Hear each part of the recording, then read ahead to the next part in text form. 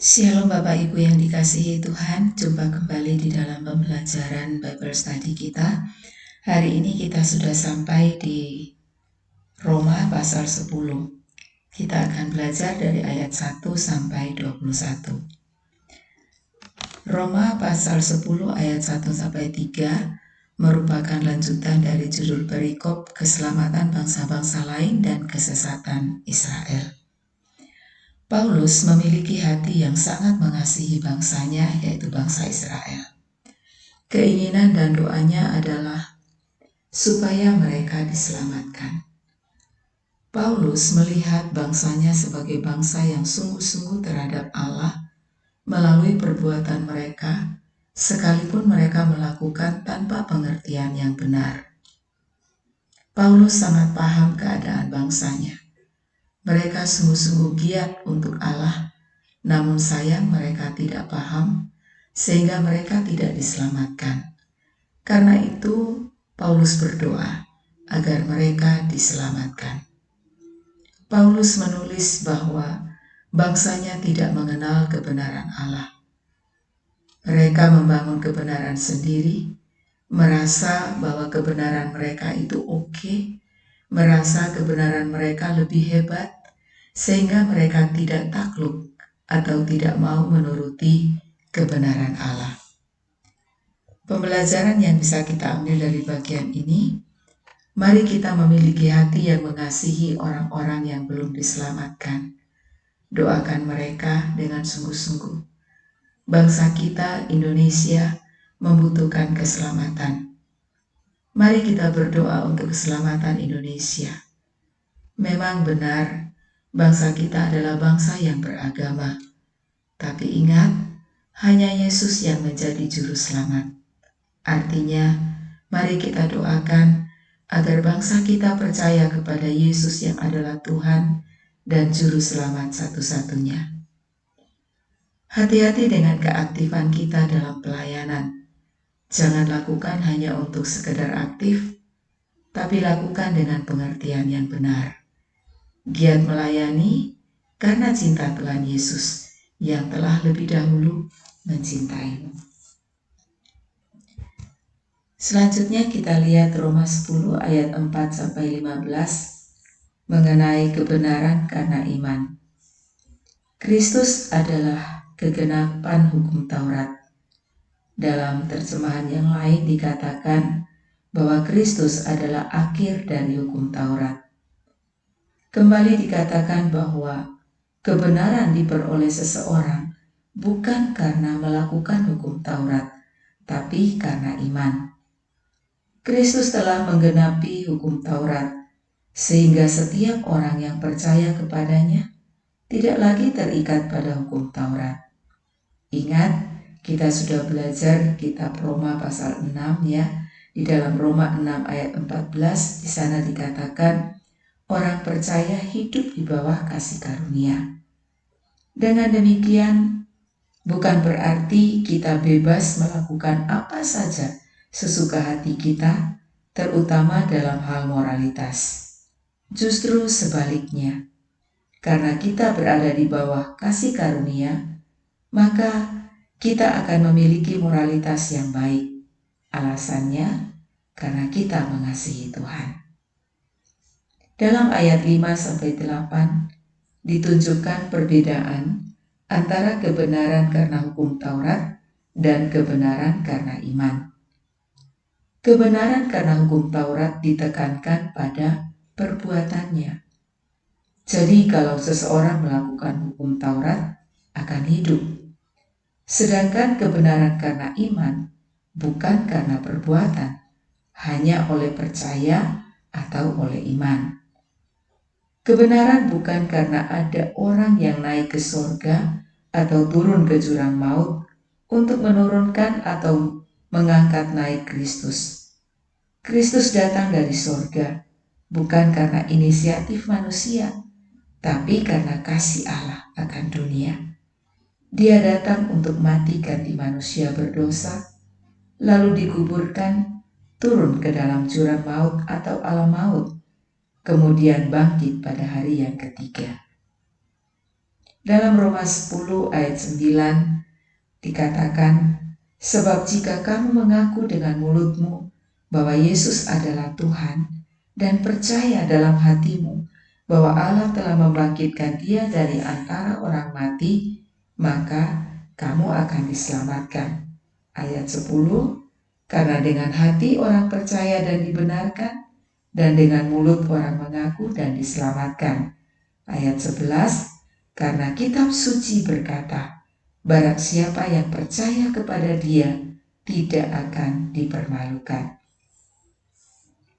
Orang yang mengaku dengan mulutnya bahwa Yesus adalah Tuhan dan percaya dalam hati bahwa Yesus telah dibangkitkan Allah dari antara orang mati pasti mendapatkan keselamatan.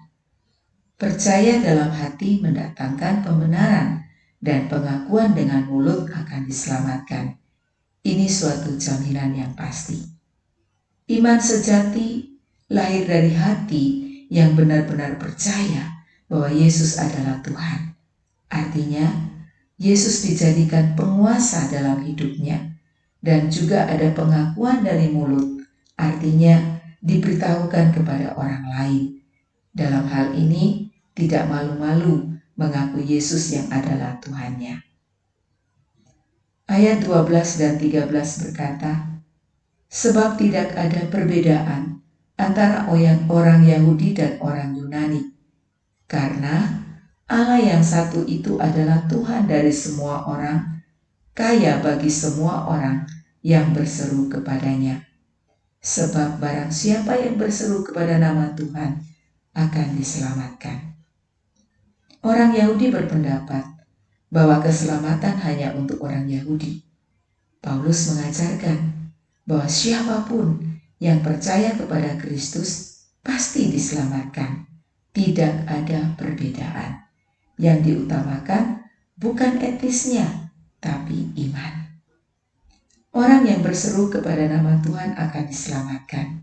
Berseru di sini bukan hanya teriak-teriak, tapi orang yang berpaling kepada Tuhan.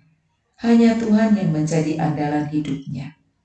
Saya jadi teringat perkataan Tuhan Yesus dalam Matius pasal 7 ayat 21. Di sana dikatakan, bukan setiap orang yang berseru kepadaku, Tuhan, Tuhan, akan masuk ke dalam kerajaan sorga, melainkan dia yang melakukan kehendak Bapa-Ku yang di sorga. Orang yang berseru kepada Tuhan adalah orang yang mengarahkan hidupnya hanya kepada Tuhan dan siap untuk melakukan apa yang Tuhan mau dalam hidupnya. Ayat 14 dan 15 berkata, tetapi bagaimana mereka dapat berseru kepadanya jika mereka tidak percaya kepada Dia? Bagaimana mereka dapat percaya kepada Dia jika mereka tidak mendengar tentang Dia?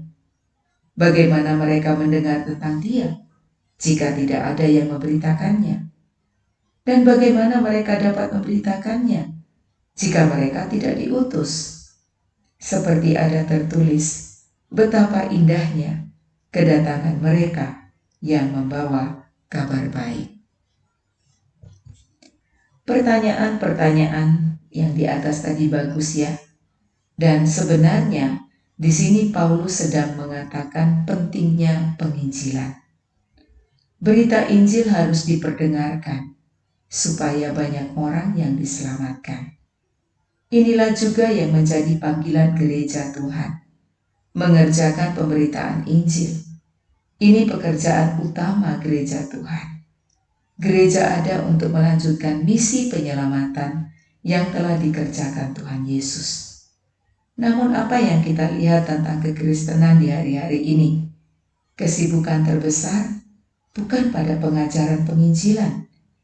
Bila kita bandingkan dengan gereja mula-mula, bagaimana mereka berjuang untuk misi penyelamatan, sekalipun mereka diperhadapkan pada tantangan yang besar pada masa itu. Ya, penginjilan penting, dan itu tugas kita.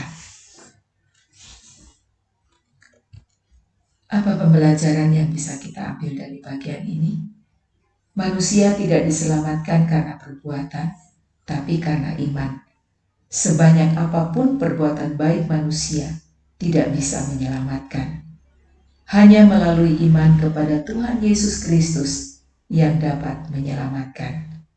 Keselamatan bukan usaha manusia, tapi kasih karunia Allah melalui iman. Mari kita memiliki iman yang sejati, mengakui Yesus sebagai Tuhan.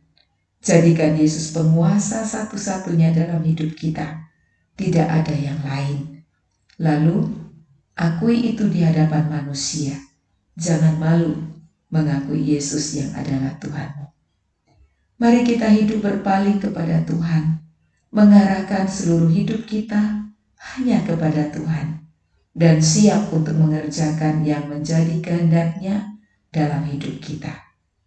Sadarilah bahwa tugas utama kita adalah penginjilan, supaya banyak orang yang berseru kepada nama Yesus dan mereka diselamatkan.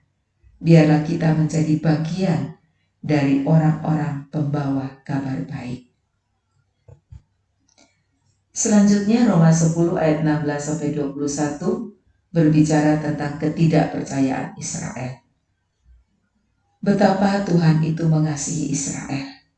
Kabar baik diberitakan pada mereka, namun mereka tidak menerima, bahkan menolak.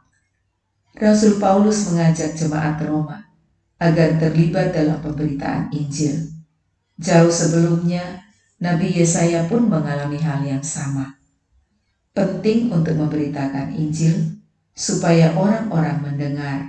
Pendengaran akan firman Kristus menimbulkan iman, iman mendatangkan keselamatan.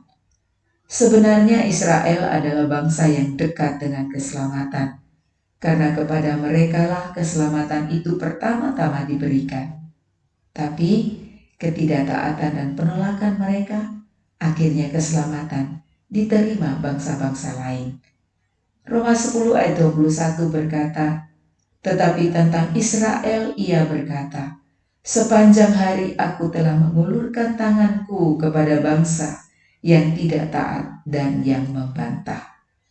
Inilah penilaian Allah terhadap Israel. Mereka tetap tidak mau taat dan bahkan membantah.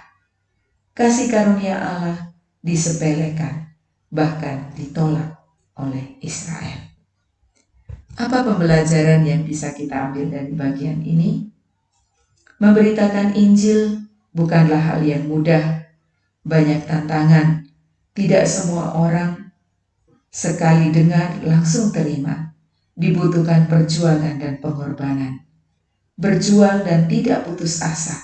Sekalipun ditolak, tetap memberitakan Injil. Betapa pentingnya menyampaikan firman Kristus kepada semua orang, agar iman timbul dalam diri mereka. Setialah dalam mendengarkan firman Kristus, agar iman terus bertumbuh. Mari kita menghargai kasih karunia Allah dalam hidup kita dengan senantiasa hidup dalam ketaatan. Bapak Ibu yang dikasihi Tuhan, ini yang bisa saya sampaikan buat kita semua.